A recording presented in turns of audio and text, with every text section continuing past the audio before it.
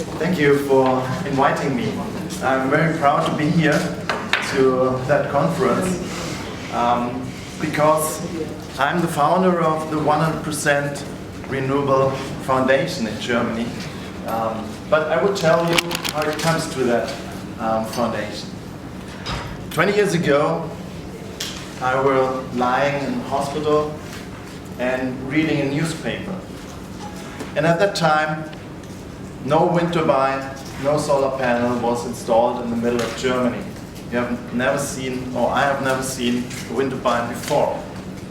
I was reading the article and I was so fascinated that it is possible to produce only with the power of the wind so much energy that one single wind turbine could produce energy for 200 households. And I was so fascinated that I told all my friends, hey, I want to install a wind turbine on the farm of my parents too.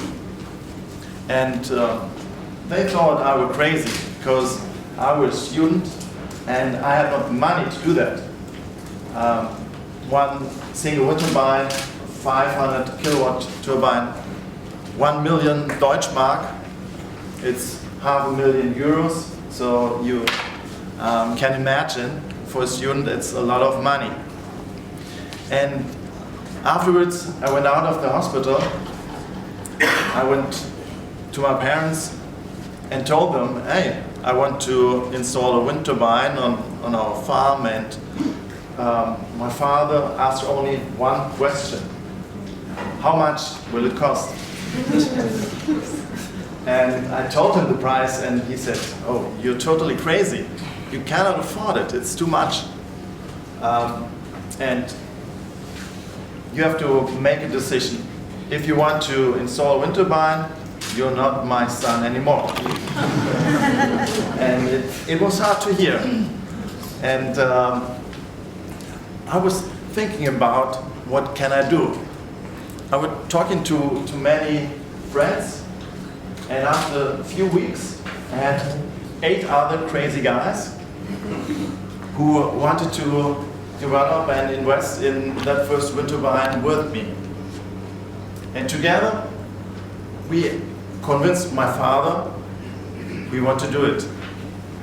And in that time it was easier than today to install a wind turbine in Germany.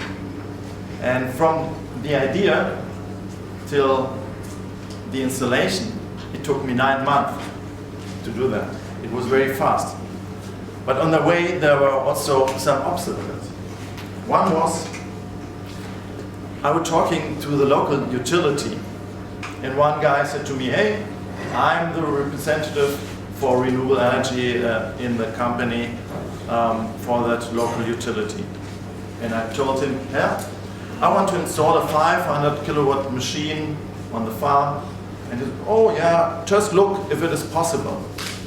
A few weeks later, I went to my parents and they told me, hey, you have to stop the project. And I asked them, why?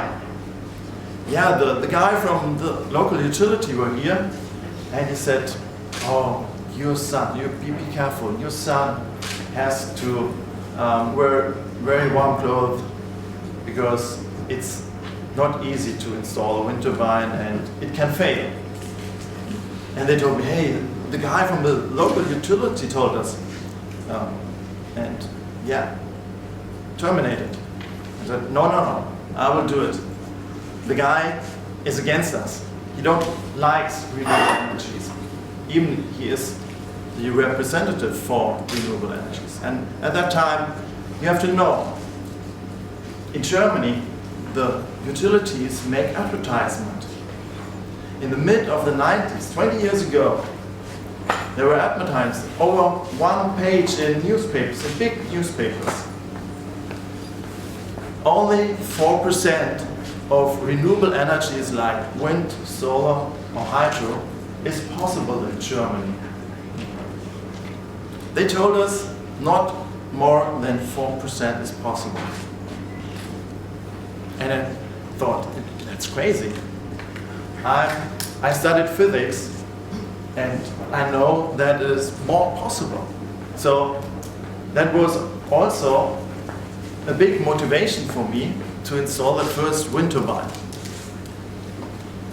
And as I told, it took me 9 months to do that. And afterwards, I installed a lot of more wind turbines. Right now, I think I installed about 700 or 800 wind turbines in Germany and over 1,000 wind turbines all over the world.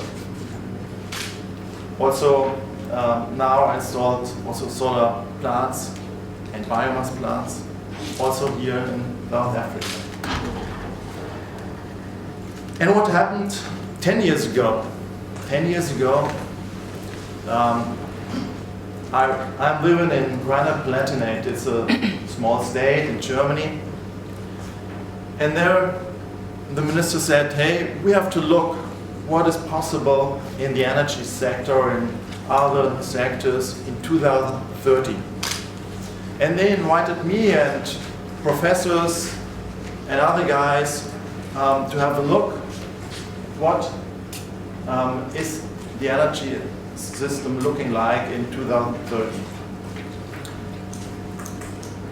And then people go forward and present their things, their aims, what they thought the energy system would like in 2030, 24 years later.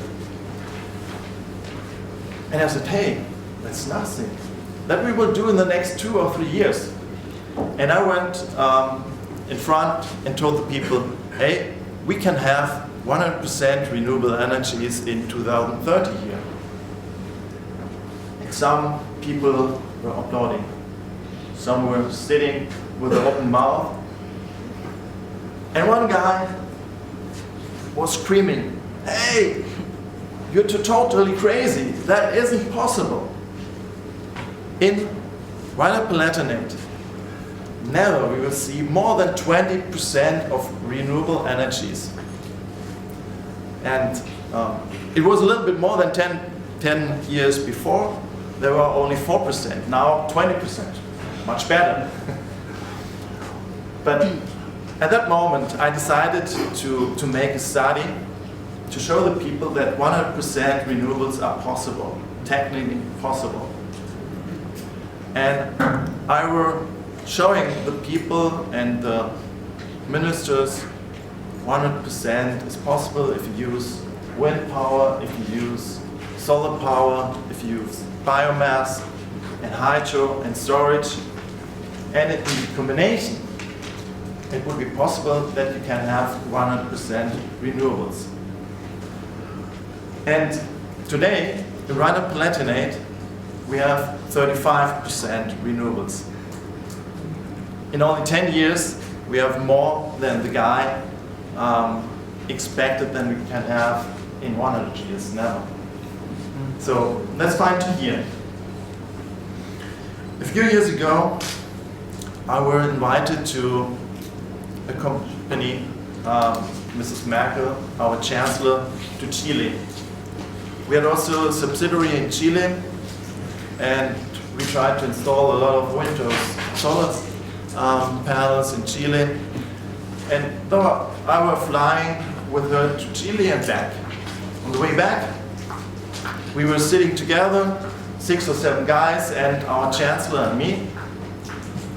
And after sitting in the big round, I were asking our Chancellor, hey, do you have 5 or 10 minutes to speak about the energy transition? She was looking at me. I would turn, hey, Mr. Willenbacher, please send me a letter. In that moment, maybe she's too busy. We were on the flight, 13 hours left. I was sitting on my place. 5 minutes later, she came to me and said, oh, hey, she changed her mind. But she were asking my neighbor if he was CEO of a company which produces sugar. And so they have a lot of plantations in Chile for chicory. And she was asking the guy if he has some thing to do about chicory, to cook with chicory. And he said, yeah, I can give you something to do that. And at that moment, it was clear for Mrs. Merkel, our Chancellor, it is not the biggest thing in her life to speak about energy transition. And that's what we see right now in Germany. In the past, they told us 100% renewables are not possible, 4% at maximum, then 20% at maximum. Now we have over 30%. Nearly 1/3 of our energy comes out of renewables. And nowadays, they do everything to slow down the installations of renewables. But why? They tell us, oh, it's too expensive. Renewables are too expensive. And we lose jobs. And we have to invest in the grid. We don't have storage. That's what they're telling us.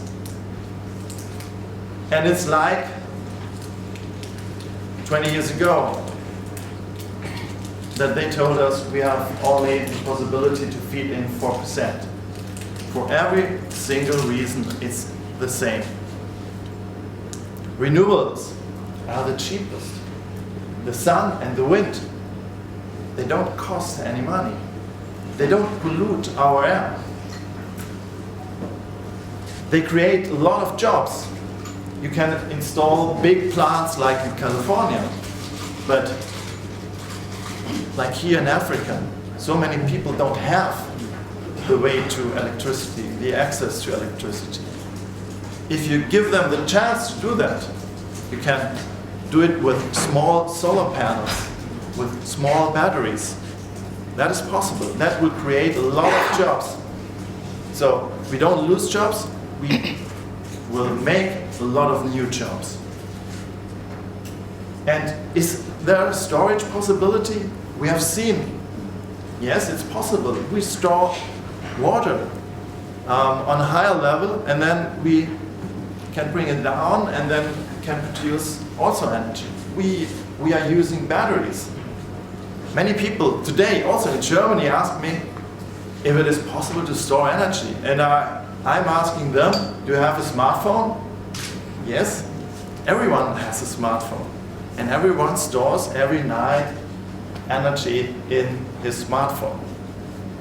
And the prices for the batteries are going tremendously down. A few years ago, it was only possible to go 100 or 150 kilometers with one load with an electric car. Today, many manufacturers offer 400 kilometers. Not only Tesla, General Motors, Opel, Nissan, Renault, CEO. Everyone offers 400 kilometers today. You can buy it at the end of the year or at the beginning of next year. You can do it. So we have a lot of storage possibilities. And also to invest in grid. I'm standing for decentralized renewables. We're depending normally on bigger utilities. But is that the best way to do it? I don't think so. In the future, I think we have to make the people to go to be a prosumer, not only a consumer, to be a prosumer. So, in my eyes, it's better to have decentralized concepts. Maybe it's better that one household will have one PV plant and a battery. Maybe it's also good that a combination. Many people in an area or many companies in the area will have their own production. And maybe it's also possible that we bring power from Norway to Germany. Maybe all the concepts will be together. But the thing is not that we have to invest right now in the grid to stop renewables. The thing is we have to do the renewables, and if there is the necessity to invest in the grid, we can do it in parallel, but not stopping the renewables. And I think the best thing for everyone is to go to 100% renewables. You will create new jobs, and we have only one Earth, as Angelita said.